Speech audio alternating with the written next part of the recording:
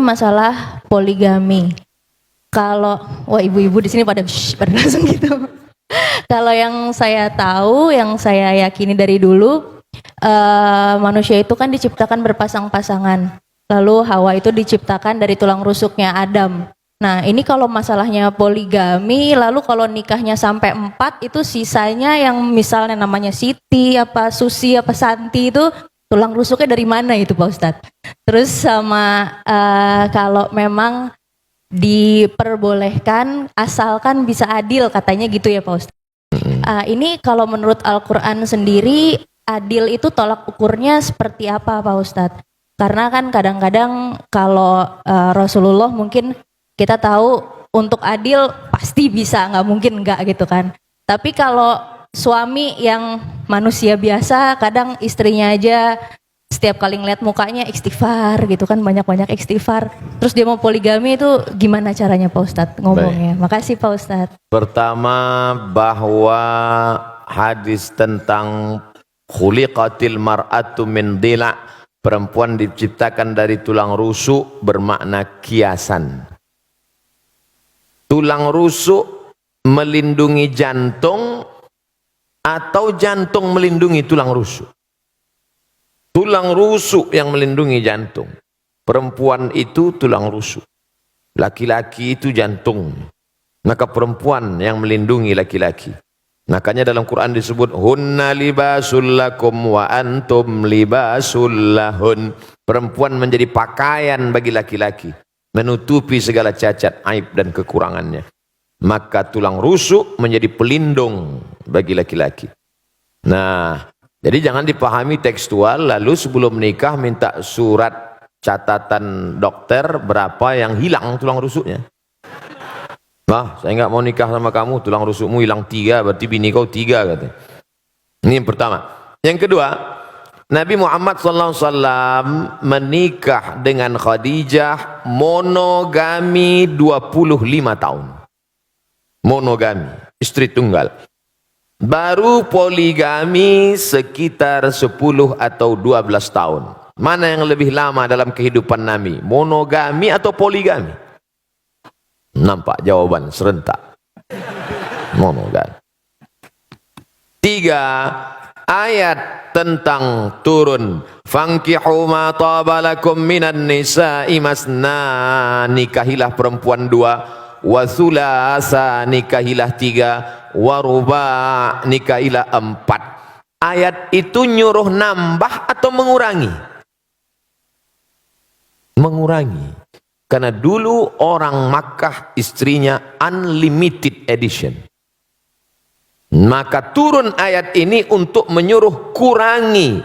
Maka yang saat itu bininya 10, dia pilih-pilih, setelah fit and proper test, delete 6.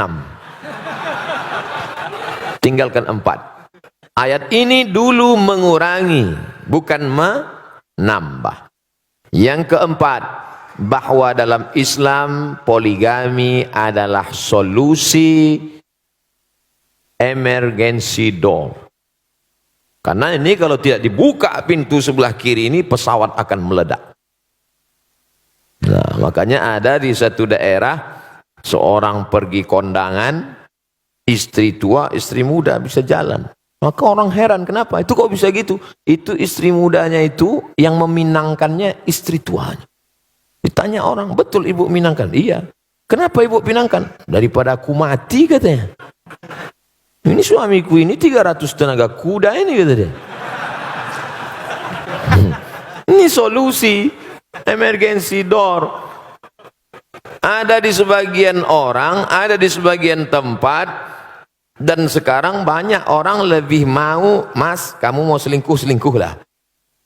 Yang penting seksnya sehat. Oh, tak bisa begitu. Dalam Islam ada aturan agama yang menjaga keselamatan.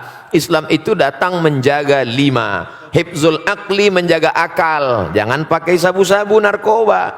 Hifzul nafs, menjaga diri. Jangan bunuh diri, haram. Hifzuddin, menjaga agama. Jangan kotori akidah. Hifzul mal, menjaga harta. Jangan riba, jangan mencuri, jangan merampok, jangan merampas. Hifzul ard, menjaga kehormatan, jangan caci maki, olo-olo, ejek. 5, menjaga. Kalau dengan poligami bisa menjaga, lanjutkan. Tapi justru menghancurkan, jangan. Oleh sebab itu maka ini dia tidak kaku seperti besi, dia seperti karet. Nah, ini yang saya sebutkan ini adalah pertimbangan-pertimbangan bagi yang sudah siap-siap untuk setuju menandatangani materi 6.000. Karena semua laki-laki ini tidak akan bisa menikah tanpa izin istri pertama. Sudah dilindungi oleh Negara Kesatuan Republik Indonesia. Ibu-ibu jangan takut, jangan khawatir. La takhaf, jangan takut. Wala tahzan, jangan sedih. Takbir.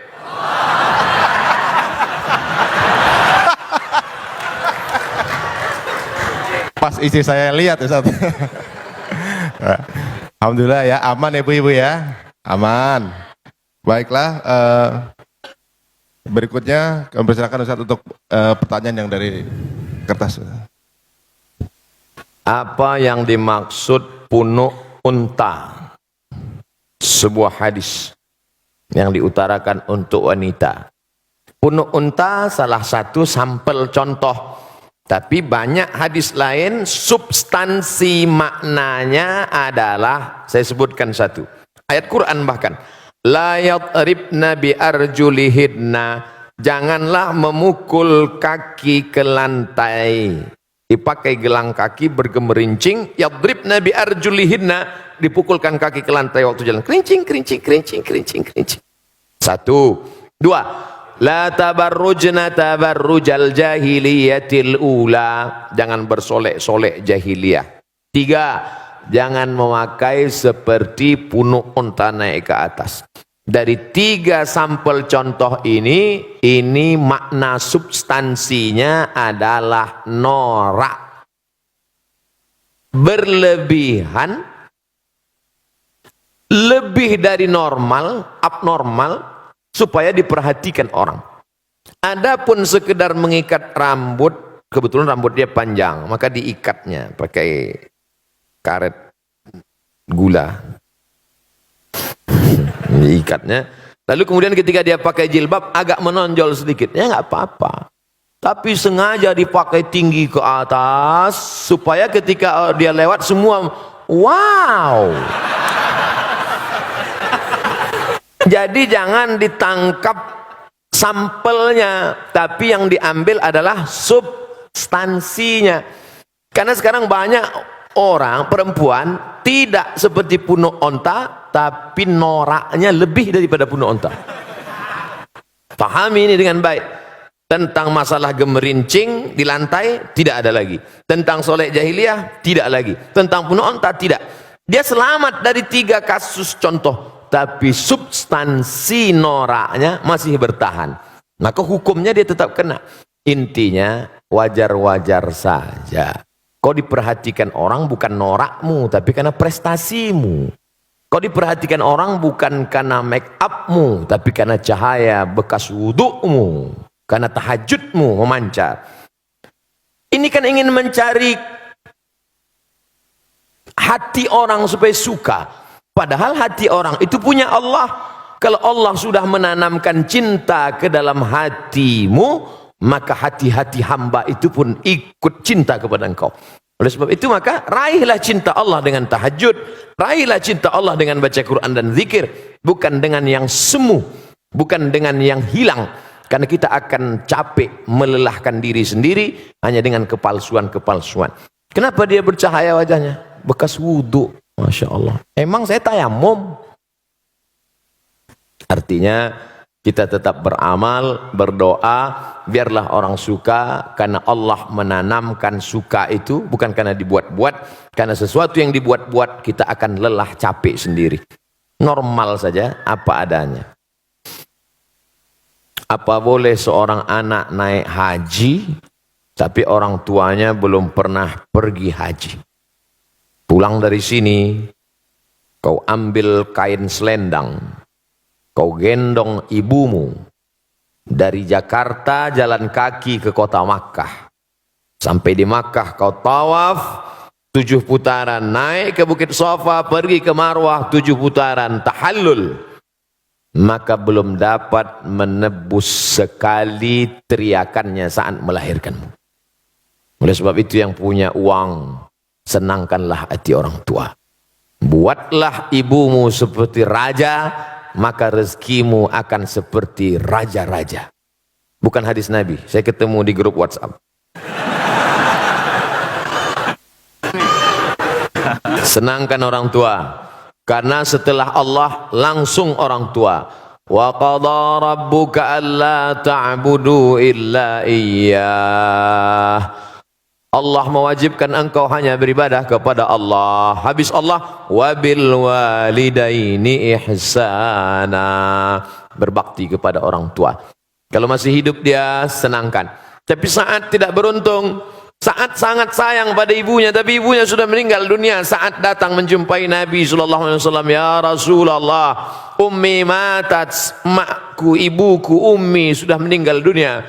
Apa atasaddaqu anha, kalau saya bersedekah pahalanya sampai tidak ke almarhumah? Kata Nabi, tasaddaq, sedekahlah wahai Sa'ad. Ayu sadaqatu afdal, apa sedekah yang paling afdal? Kata Nabi, saqiyul ma, memberi air minum. Idzan ahfiruha. Saat itu juga, saat ngobrol dengan Nabi itu, langsung saat pergi menggali sumur, wakafkan untuk almarhumah ibunya. Sudah meninggal dunia. Maka yang masih hidup, esok hari libur, awakkan makanan kesukaannya, belikan pakaian yang paling indah, tunjukkan kertas, mama, sudah kami daftarkan ONH. Alhamdulillah, tapi baru bayar DP 5%. Doakan supaya rezeki kami halal, berkah. Saya sudah banyak berjalan, jauh berjalan, banyak dilihat, lama hidup banyak dirasa. Di balik kesuksesan orang-orang besar itu saya lihat, saya perhatikan, rupanya di ruang kamarnya ada gambar ibunya. Rupanya saat dia kata sambutan bercerita tentang ibunya, rata-rata kebesaran orang-orang hebat itu berawal dari doa ibu. Ayah juga luar biasa. Ummuka, ibumu. Ummuka, ibumu.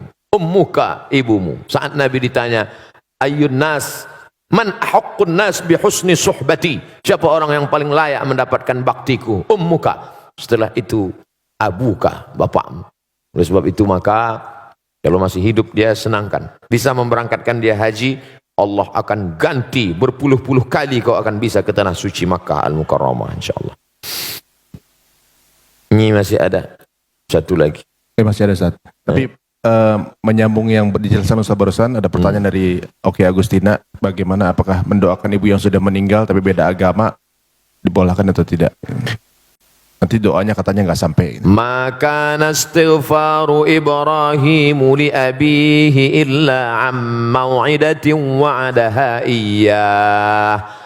Nabi Ibrahim memohonkan ampun doa untuk bapaknya Azar yang beda agama itu hanya sekedar janji saja. Karena dia dulu pernah berjanji. Waktu Ibrahim mengajak Azar, nama bapaknya Azar, hai ayahku Azar, sembahlah Allah. Apa kata Azar? La illam tantahi, kalau kau tidak berhenti menceramahi aku, la arjumannaka, akan ku lempar kau pakai batu, wahjurni maliya, tinggalkan aku. Apa kata Ibrahim menjawab? Sa'astaghfirulaka rabbi, aku akan mintakan ampun engkau kepada Allah. Dia sudah janji, dan janji adalah hutang. Falamma tabayyana lahu annahu aduwwul lillah, setelah jelas bagi Ibrahim bahwa bapaknya itu musuh Allah, tak beriman kepada Allah, tabarra'a minhu, dia melepaskan diri, artinya tak dia doakan. Kalau masih hidup boleh didoakan, dalilnya Nabi mendoakan Allahumma hdi qaumi fa innahum la ya'lamun, berikan mereka hidayah karena mereka tak tahu.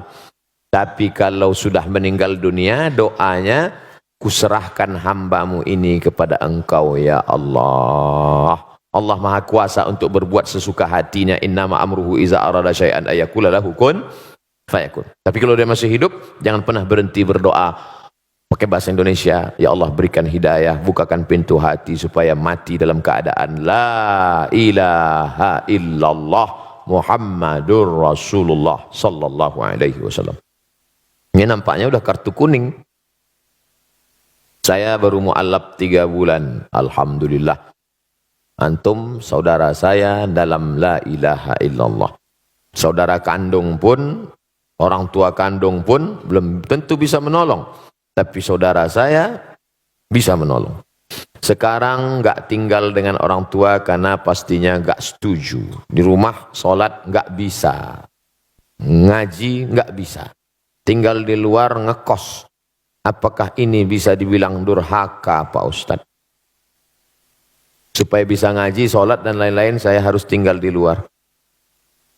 Pertanyaan ini sepertinya sedang mengajarkan Abdul Somad dan kita semua betapa kita selama ini tak mensyukuri nikmat bisa ngaji, bisa sholat, tapi nggak ngaji dan nggak sholat. Harus ngekos hanya untuk ngaji dan sholat. Kadang banyak yang kita sangka tak nikmat, padahal kita sudah dapat nikmat besar. Baik, saya jawab.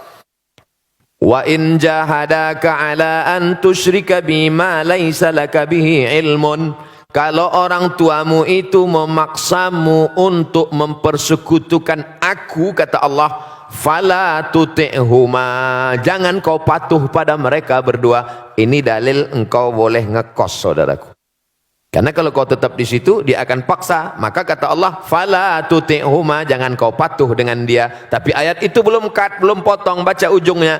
Wa sahibhuma fid dunya ma'rufa, tetaplah engkau berinteraksi, berbakti kepada mereka. Kontradiktif. Bagaimana mungkin saya sudah tinggalkan rumah tapi saya tetap silaturahim? Engkau tinggalkan karena niatmu supaya bisa sholat, supaya bisa ngaji, maka ngekos, tapi silaturahim jangan putus. Mama, papa, apa kabar? Sudah makan pagi? Sehat? Mau dia balas caci maki, sumpah serapah, anggap itu bagian cara Allah menghapuskan dosa, cara Allah mengangkat derajat, cara Allah melatih hati. Jangan pernah berhenti. Tiap pagi, tiap hari doakan dia. Tapi untuk mempertahankan supaya bisa sholat, supaya bisa ngaji. Mudah-mudahan Allah berikan hidayah sehingga sampai masanya nanti. Sulitkah bagi Allah? Tak ada yang sulit.